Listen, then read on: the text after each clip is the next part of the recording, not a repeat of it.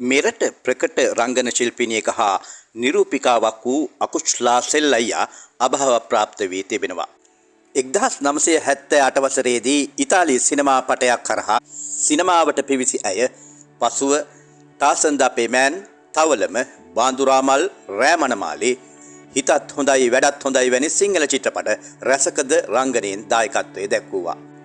ඇය 1985 වසරේදී Charles angel චිත්‍රපටයේ සිංහල ප්‍රතිනිර්මාණය වූ සුරදූතියෝ චිත්‍රපටයටද රංගනයෙන් දායක වූ අතර එය ඇගේ රංගන දිවියේ උච්චතම අවස්ථාව ලෙසින් හඳුන්වනවා. සුරදූතියෝ චිත්‍රපටය මෙරට සිනමාවේ ප්‍රවීණ සටන් නළුවෙක් වූ රොබින් ප්‍රනාන්දු අධ්‍යක්ෂණය කළ මුල්ම චිත්‍රපටය වුණ අතර මෙය රූගත කිරීම 1983 වසරේදී ආරම්භ කළත් එවකට පැවති කළු චූලිය හේතුවෙන් රූගත කිරීම ප්‍රමාද වුණා.